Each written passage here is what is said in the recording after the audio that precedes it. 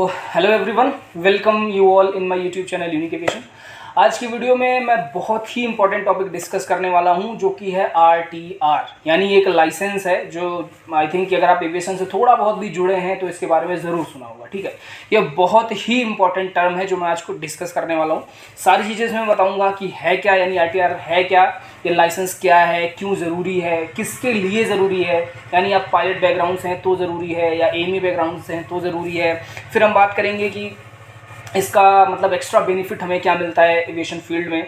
इसके अलावा इसको देखेंगे कि कौन कंडक्ट करवाता है, कितनी बार कंडक्ट करवाता है, इसकी एलिजिबिलिटी क्राइटेरिया क्या है, फीस स्ट्रक्चर क्या है, एग्ज़ाम स्ट्रक्चर इसका कैसा है, और इसके लिए हमें क्या क्या टॉपिक्स और बुक्स वगैरह पढ़नी है, ये सारी चीज़ें भी हम डिस्कस करेंगे। ठीक है, वीडियो थोड़ी सी लंबी ज़रूर हो सकती है पर बहुत ही ज़्यादा इंफॉर्मेटिव होने वाली है। ठीक है, सबसे पहले बात आती है कि आरटीआर ए यानी जिसको हम बोलते हैं रेडियो टेलीफोनी रिस्ट्रिक्टेड, ये है क्या।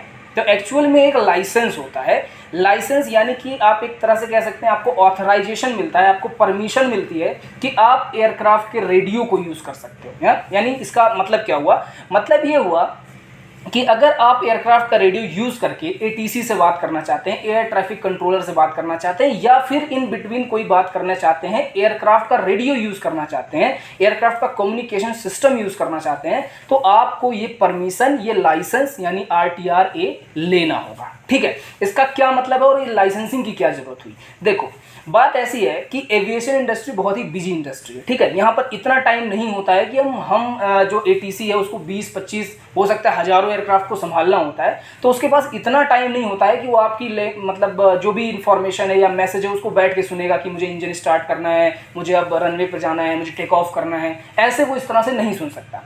दो रीज़न है इसके। पहला रीज़न ये है कि ये बहुत ही लेंदी होगा, यानी बहुत ही लंबा इंफॉर्मेशन होगा। दूसरा रीज़न ये है कि हो सकता है कि जब आप बहुत बड़ी इंफॉर्मेशन दे रहे हो तो जो इंपॉर्टेंट चीज़ है उसको छोड़ दें, या फिर जो चीज़ें आपने बताई हैं उस चीज़ में कोई गड़बड़ी हो जाए, मिसअंडरस्टैंडिंग हो जाए, ये चांसेस हैं। तो इसके लिए क्या किया गया है, एविएशन इंडस्ट्री में एक अलग ही लाइसेंस इशू बना दिया गया है। यानी कि आप क्या करेंगे, एक अलग सब्जेक्ट की तरह इसे पढ़ेंगे, यानी एक आप अलग भाषा पढ़ेंगे। होता इंग्लिश ही है बट नॉट जनरल इंग्लिश। ठीक है, जैसे जनरल इंग्लिश में हम कहते हैं कि what is your name, what you do, इस तरह से नहीं, उसका कुछ अलग ही प्रोसीजर होगा। जैसे अगर आपको पूछना व्हाट इज़ योर नेम, तो हो सकता है उसमें ऐसा लिखा हो कि नेम आपको सिर्फ बोलना है, नेम।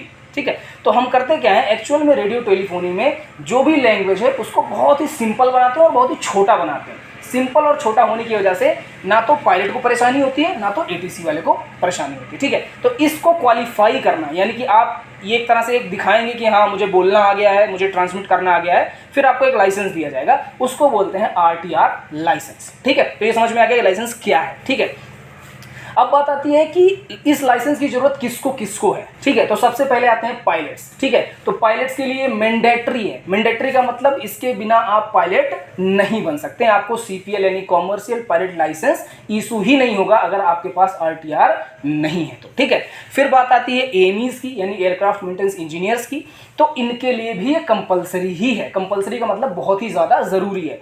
इसमें भी दो कैटेगरीज हैं, अगर आप एमी फील्ड से तो आपको पता होगा B1 एंड B2।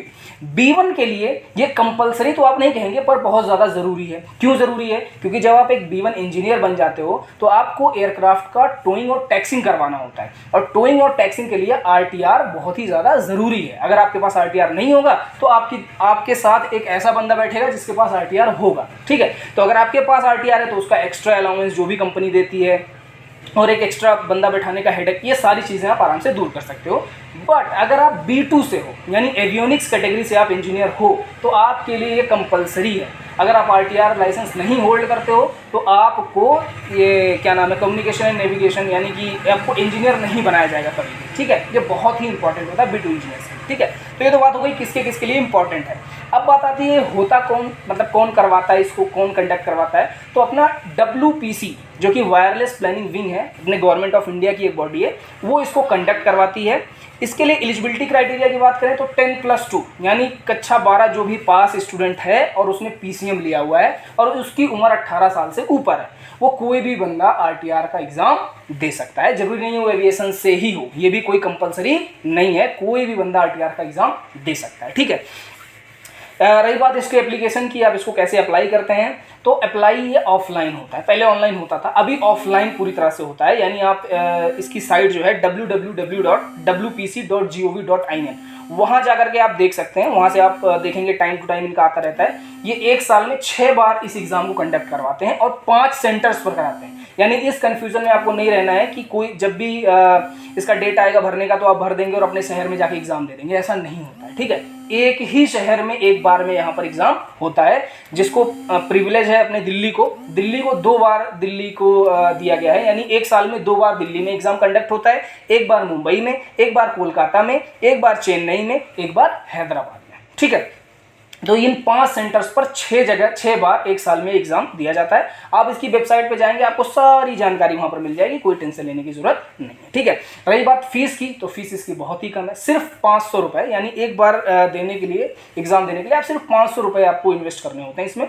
एक और ही अच्छी बात इसमें है, इसमें कोई लिमिट नहीं है कि अगर आप एक बार फेल हो गए तो आप दे नहीं सकते, 2 बार फेल हो गए तो दे नहीं सकते, आप अनलिमिटेड टाइम इस पेपर को दे सकते हैं। रही बात वैलिडिटी की, तो हालांकि आप जब एग्जाम पास कर जाते हैं उसके बाद इनकी फीस भी होती है और वो तकरीबन 15-17 हज़ार के करीब होती है, मुझे इस बारे में जानकारी नहीं है। लेकिन वो फीस दे करके आप अनलिमिटेड वैलिडिटी के साथ, यानी आप जब तक जिंदा हो, यानी जब तक हो तब तक आप एक लाइसेंस लेके आराम से यूज कर सकते हो। आपको बार बार उसको रिन्यू करवाना होगा, आपको ये नहीं कराना है कि आपको बार बार एग्जाम देना है। ठीक है, चलिए फिर बात आती है एग्जाम स्ट्रक्चर की, कि अभी तो आपने सारा फीस भर लिया, अभी एप्लीकेशन के बारे में सब कुछ पता चल गया। अब बात आती है एग्जाम स्ट्रक्चर की, कि एग्जाम स्ट्रक्चर कैसा है, मतलब अब एग्जाम आप देने गए हैं तो वहाँ पर क्या होगा। तो एग्जाम इसका 2 पार्ट में होता है, पार्ट 1 एंड पार्ट 2। पार्ट 1 जो है उसे बोलते हैं ट्रांसमिशन टेक्निक्स, यानी कि आपको ऐसे कंडीशंस और सिचुएशंस दिए जाएंगे कि भाई आप पायलट हैं और ये कंडीशन हो रही है, वो कंडीशन हो रही है, फिर उस कंडीशन में आप क्या करेंगे। ठीक है, तो ऐसे कंडीशंस में हम करते क्या हैं, अपने 5 क्वेश्चंस आते हैं। ठीक है, 5 क्वेश्चंस 100 मार्क्स के होते हैं, यानी कि आप समझ गए हर एक क्वेश्चन 20 मार्क्स का होता है। ये हो सकता है कि एक क्वेश्चन में आपको कई सारे मिल जाएं, जैसे ABC अल्फा बराबर चार्ली, इस तरह से मिल जाएं आपको देखने के लिए। ठीक है, तो वो जरूर हो सकता है, पर रहेगा वो 20 मार्क्स का, यानी एक क्वेश्चन 20 मार्क्स का, और आपको कम से कम 50 मार्क्स यानी 50% स्कोर करना होता है, ताकि आप इस एग्जाम को क्वालिफाई कर सको पार्ट 1 को। अब जब पार्ट 1 क्वालिफाई हो जाएगा, only then you are allowed for part 2। यानी अगर आप पार्ट 1 में फेल हो जाते हो तो आपको पार्ट 2 कभी देने ही नहीं दिया जाएगा। और पार्ट 2 होता क्या है, तो पार्ट 2 होता है ओरल एग्जामिनेशन, एक तरह से आप कह सकते हैं इंटरव्यू होता है, जिसमें एक ऑफिसर होता है WPC का और एक ऑफिसर होता है अपना DGCA का।